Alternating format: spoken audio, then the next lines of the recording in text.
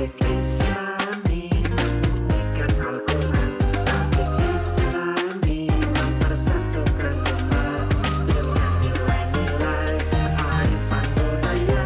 Tablik Islami nikmat Islam kita. Tablik Islami kita dijejak. Assalamualaikum.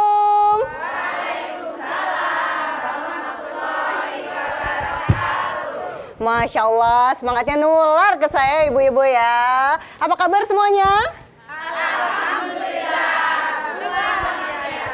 Alhamdulillah, sehat semuanya ya? Wow, Alhamdulillah, Masya Allah, senang sekali ya pemirsa. Dimanapun Anda berada, ada yang di kantor, mungkin ada yang di rumah, atau mungkin lagi di jalan, saat ini sedang menyaksikan tayangan kami. Tentunya di program kita, di mana lagi kalau bukan di Tablik Islami. Membumikan Al-Quran, mempersatukan umat. Oke, masih tetap semangat Ibu? Semangat, Alhamdulillah. Dan tentunya bersama dengan saya, Latifah Nur Muslimah. Kali ini kita akan membahas mengenai tema yang sangat lekat dengan kehidupan kita. Tapi saya nggak sendirian loh, boleh saya balik dulu Ibu ya?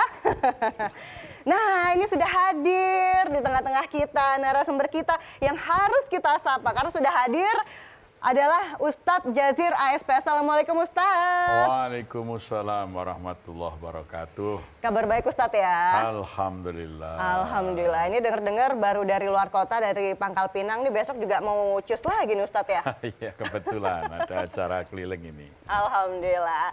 Nah, ini pasti sudah pada kenal ya Bu Ibu ya. Ustadz Jazir ASP ini, beliau adalah Ketua Dewan Syuro Masjid Jogokarian.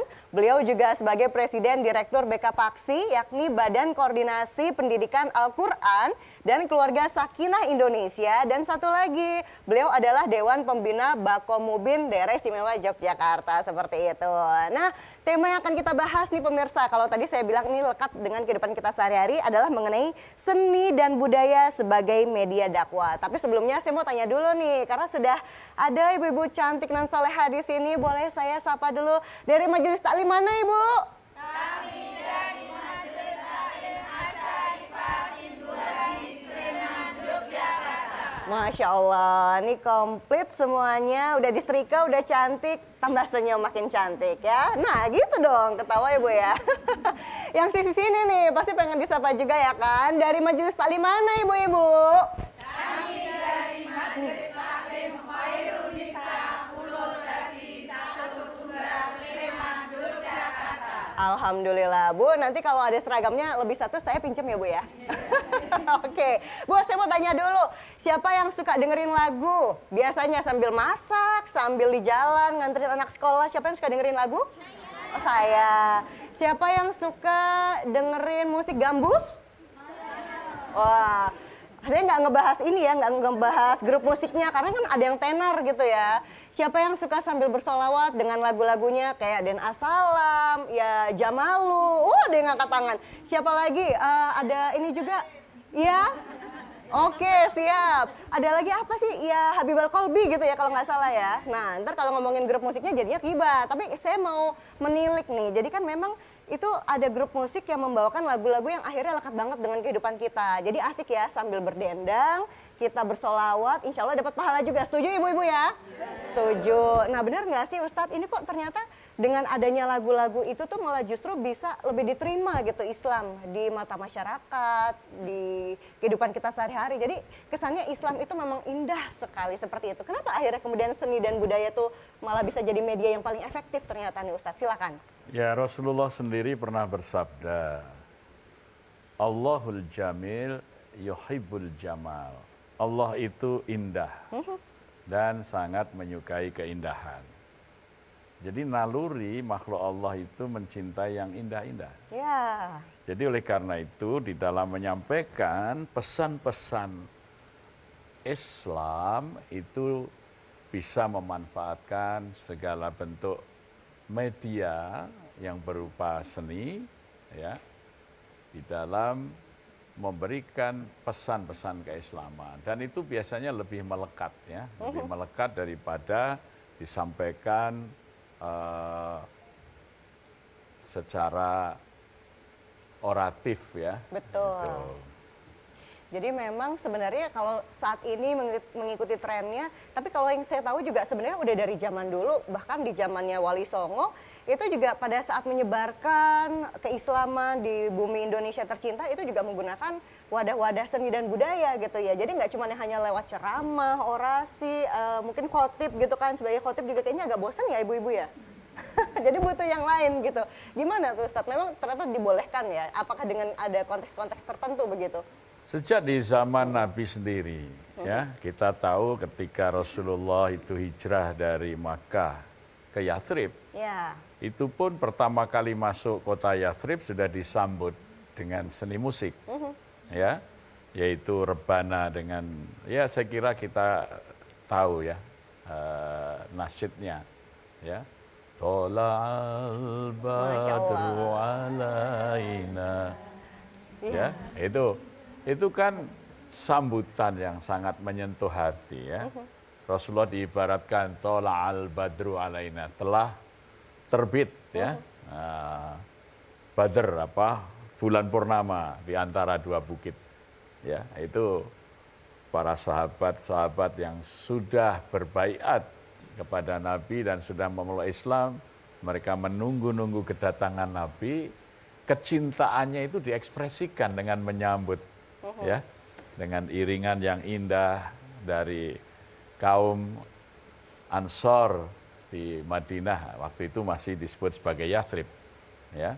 Jadi dengan syair-syair yang merdu, iringan genderang, ya, musik yang ada pada waktu itu menunjukkan ekspresi kecintaannya kepada Nabi, menyambut ya pembawa syariat kebenaran ini, ya. Nah, itu di masa Rasulullah. Demikian juga ketika Rasulullah membangkitkan semangat mempertahankan kota Madinah dari serangan sekutu-sekutu Arab yang akan menghancurkan Madinah. Waktu Rasulullah SAW melihat para sahabatnya sedang berada dalam cengkaman ketakutan, Rasulullah kemudian memecah batu yang sangat besar dengan kapak beliau, kemudian keluar asap merah. Rasulullah mengatakan, istana Kisra Persia atau istana merah akan jatuh di kaki kalian. Dipukul lagi keluar asap putih, Rasulullah mengatakan, Konstantinopel akan jatuh di kaki kalian. Maka para sahabat serentak juga menyambut dengan sebuah nasyid yang sangat menggugah semangat juang. Nahnul ladzina baya'u Muhammadan halal jihadi ma baqaina abadan, ya. Jadi kami telah berbaiat kepada Muhammad, ya. Masya Allah. Untuk membela sepanjang hayat kami di kandung badan. Nah, itu kemudian kalau di Indonesia kemudian tahun 66, 67 sampai 70-an ketika menghadapi komunisme, radio-radio yang ada di Indonesia ini dipelopori oleh Angkatan Darat, ya. Waktu itu Angkatan Darat memiliki radio propaganda, diberi nama PTDI, Pendidikan Tinggi Dakwah Islam, itu ada di Medari, ada di Kota Gede, kemudian ada Yasika K2. Itu kalau pagi lagu yang muncul di Madinah tadi diterjemahkan oleh Buya Hamka sebagai pembuka siaran. Allahu Akbar, Allahu Akbar, Allahu Akbar. Iya. Kalam suci menyentuh kalbu pejuang, maju serentak membela kebenaran, hidup agama bangsa dan keadilan, panggilan jihad hidupkan. Itu dulu malah Pusro Angkatan Darat yang memproduksi itu. Iya. Ya. Jadi lagu itu sudah sangat melekat.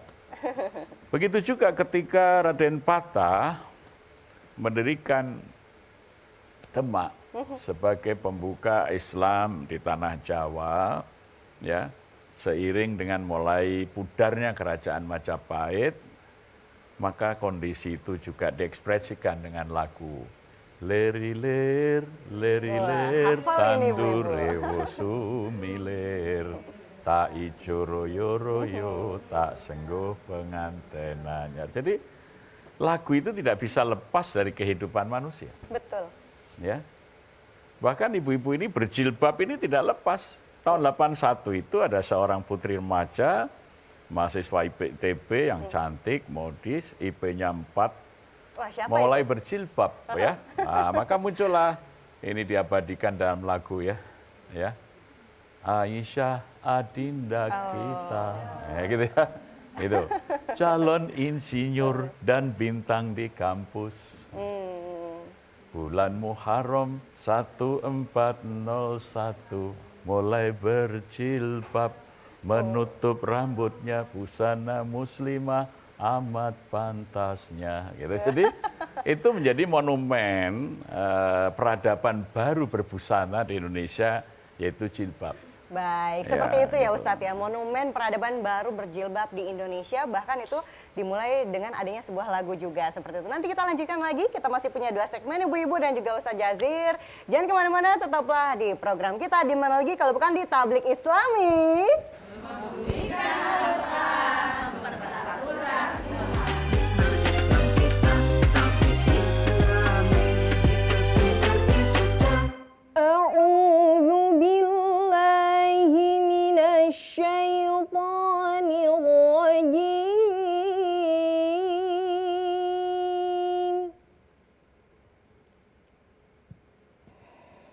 Bismillahirrahmanirrahim.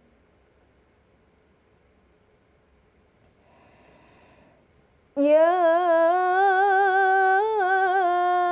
ayyuhan nasu inna khalaqnakum min dzakarin wa untha min dzakarin wa untha wa ja'alnakum syu'uban wa qabaila lita'arafu.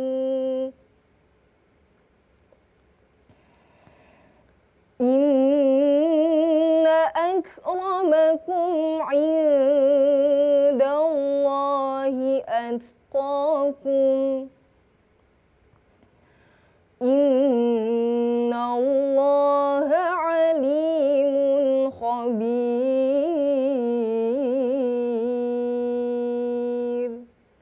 Shadaqallahul 'azim.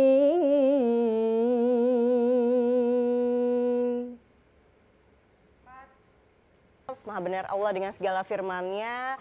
Tadi benar-benar membuat merinding begitu ya mendengarkan.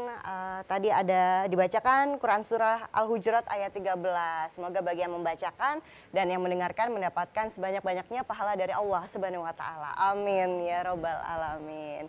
Dan terkait dengan yang sudah dibacakan tadi nih Ustadz, ini kan ada Quran Surah Al-Hujurat ayat 13. Apa sebenarnya pesan penting yang ingin disampaikan melalui surat itu?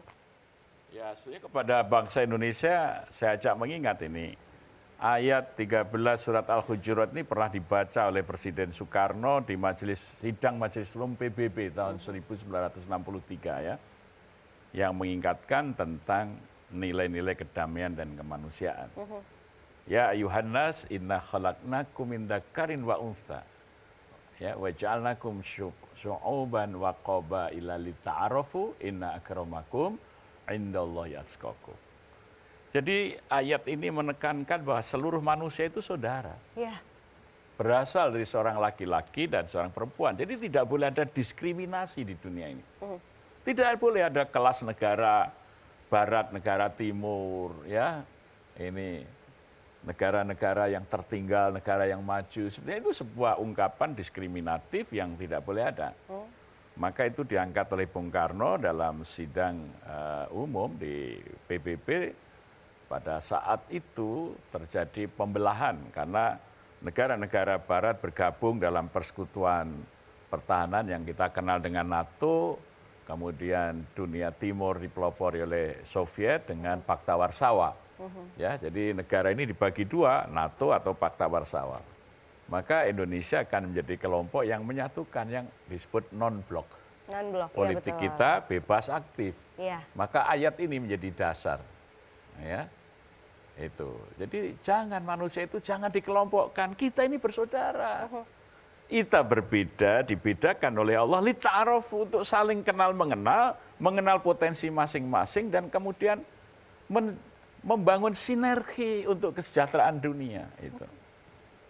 Baik, dan sepertinya ini kalau saya membaca raut wajah ibu-ibu sudah pada penasaran dan ingin bertanya juga mumpung ada kesempatannya ya. Yang mana dulu nih ya, yang sini apa yang situ ya? Yang paling dekat saya dulu deh, boleh deh. Dari Majelis Taklim Asyarifah, oke, Sinduadi, Melati, Sleman, Yogyakarta. Ada yang ingin bertanya? Silakan. Oh, sudah siap nih. Boleh sebutkan nama dan juga asalnya dari mana. Keywordnya jangan lupa, Bu. Preso Pak Ustadz, saya Ibu Rini dari Majelis Taklim Asyarifah Sinduadi. Bagaimana cara menyikapi budaya yang telah ada, tradisi yang sudah ada, untuk bisa dijadikan media dakwah? Baik, sudah cukup? Sudah cukup. Oke, baik. Assalamualaikum Terima kasih. warahmatullahi wabarakatuh. Terima kasih. Waalaikumsalam warahmatullahi wabarakatuh. Boleh langsung dijawab nih, Pak Ya, Ustadz. memang metode dakwah yang dipilih di Indonesia ini oleh para wali dulu alkulturasi budaya. Jadi budaya yang sudah ada itu diberi muatan-muatan keislaman. Ya, misalnya pada waktu itu sedang berkembang tradisi wayang. Ya, wayang itu kan animasi pertama di dunia itu. Dengan lakon Mahabharata dan Ramayana yang ditulis Empu Walmiki dari India, tentu banyak sekali edaran atau ajaran-ajaran di dalam wayang itu karena bukan bersumber dari Islam yang tidak selaras dan tidak sesuai. Maka digubahlah kisah-kisah wayang itu dengan kisah-kisah yang sesuai dengan ajaran Islam, ya. Sehingga nama-nama tokoh itu kemudian diberi nama yang lain yang mencerminkan tentang keislaman. Iya. Jadi misalnya Arjuna, di sini diberi nama Janaka, ya, itu, ya, dan lain sebagainya. Itu nanti kalau kita kupas panjang, tetapi alkulturasi budaya, karena orang seneng nonton, Iya. ya. Pada waktu itu belum ada wayang dalam bentuk wayang kulit, yang ada pada waktu itu adalah wayang golek, jadi bentuknya ya seperti manusia, seperti boneka. Pada waktu itu Islam ya diyakini melarang pembuatan patung atau berhala. Maka kemudian dirubahlah dari wayang golek yang berbentuk patung itu dalam bentuk wayang kulit yang tidak menyerupai lagi dengan manusia.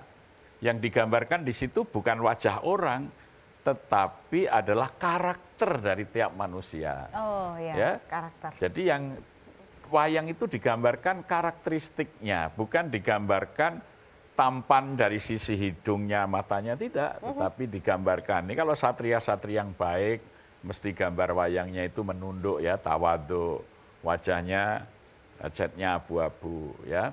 Sedangkan kalau penjahat-penjahat, raja-raja jahat itu dangak, kemudian wajahnya merah ya. Sombong kesannya ya, Dan lain Mas, ya. sebagainya. Itu adalah seni ya yang sebetulnya merupakan penyempurnaan.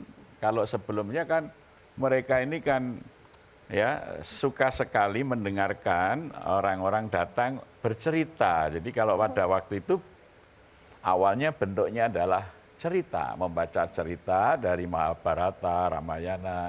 Kemudian lebih menarik lagi ditambah dengan animasi dan orkestra musiknya, maka ada gamelannya, ada sindennya, ya, dan bentuk wayangnya tidak bertentangan dengan syariat yang ditentukan. Baik, semoga sudah terjawab Ibu ya.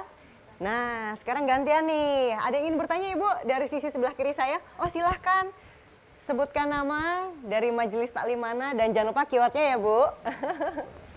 Bagaimana tanggapan sekelompok orang yang masih menganggap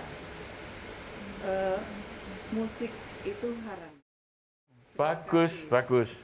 Karena kemudian para seniman dan musisi itu bisa mengontrol, jangan sampai musiknya melampaui melanggar syariat.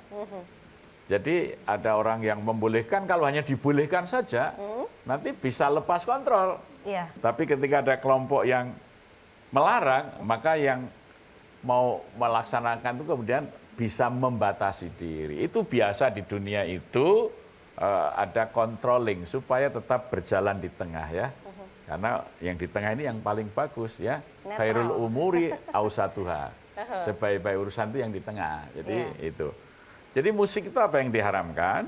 Apakah suara? Apakah syair? Apakah instrumen? Coba, kalau musik haram, yang diharamkan apa? Misalnya gitar, apakah baja yang jadi senar itu haram? Ya. Kalau piano, apakah besi-besi yang ditutup, dipukul itu yang haram? Kan tidak. Tidak ada unsur haram. Kemudian kalau syair, apakah syair itu haram? Kan tidak juga. Yang diharamkan itu ekses yang mungkin timbul karena orang kemudian mendengarkan musik terbuai lalai dan kemudian lupa kepada Allah.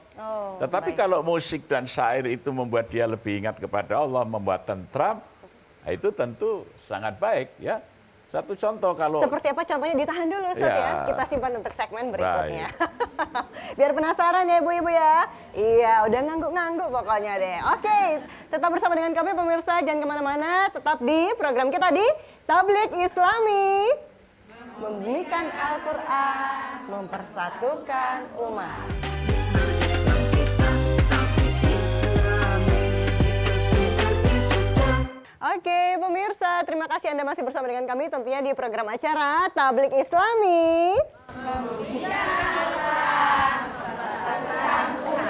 Nah, ini Ustadz, ini masih membahas mengenai seni dan budaya sebagai media dakwah. Tadi sempat terputus Ustadz. Ini jadi ada contoh-contoh yang sepertinya Ustadz juga ingin sampaikan begitu ya. Tadi kan terakhir masih menyambung dengan pertanyaan, oh ini bagaimana kemudian menanggapi ada kelompok yang pro dan kontra terhadap haram atau halalnya nih, lagu, musik, dan sebagainya macamnya. Seperti apa contohnya tadi Ustadz? Ya, kalau orang yang tidak berbahasa Arab, ya, dia saja senang dengar lagu-lagu yang bersumber dari sholawat. Apalagi kalau dia bisa mengekspresikan dalam bahasanya sendiri. Jadi misalnya seperti Bimbo mengungkapkan cintanya kepada Rasul ya. Rindu kami padamu ya Rasul, rindu yang tiada terperi. Wah, sampai saya hafal juga masih. Berapa jarak darimu ya Rasul, serasa di kau di sini. Cinta ikhlasmu pada manusia bagai cahaya purnama, nah, atau lain sebagainya. Tapi itu sebuah ekspresi yang menanamkan cinta kepada Rasul. Baik, karena waktu kita sangat terbatas ya Ustadz ya. Jadi boleh diberikan sekali lagi kesimpulan atau mungkin apa yang sekiranya perlu digarisbawahi terkait tema kita Ustadz, seni dan budaya sebagai media dakwah. Monggo Ustadz. Ya, manusia sebagai makhluk budaya dan makhluk yang secara naluri sangat berkesenian. Ya, satu contoh aja, orang tempat tinggalnya manusia tidak ada yang sama karena muncul seni arsitektur. Orang masak juga tidak ada yang sama, ya, seni kuliner, ya, menyajikannya aja berbeda, ya, itu bumbunya berbeda.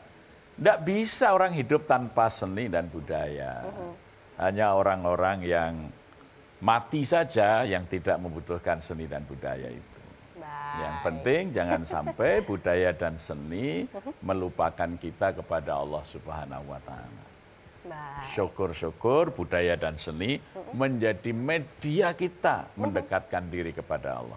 Memang tugas kita adalah yang penting kita juga ikut turut berdakwah dengan skill atau mungkin kemampuan kita yang dimiliki, kita maksimalkan. Tetap kita sampaikan walaupun hanya satu ayat begitu katanya Ustadz ya.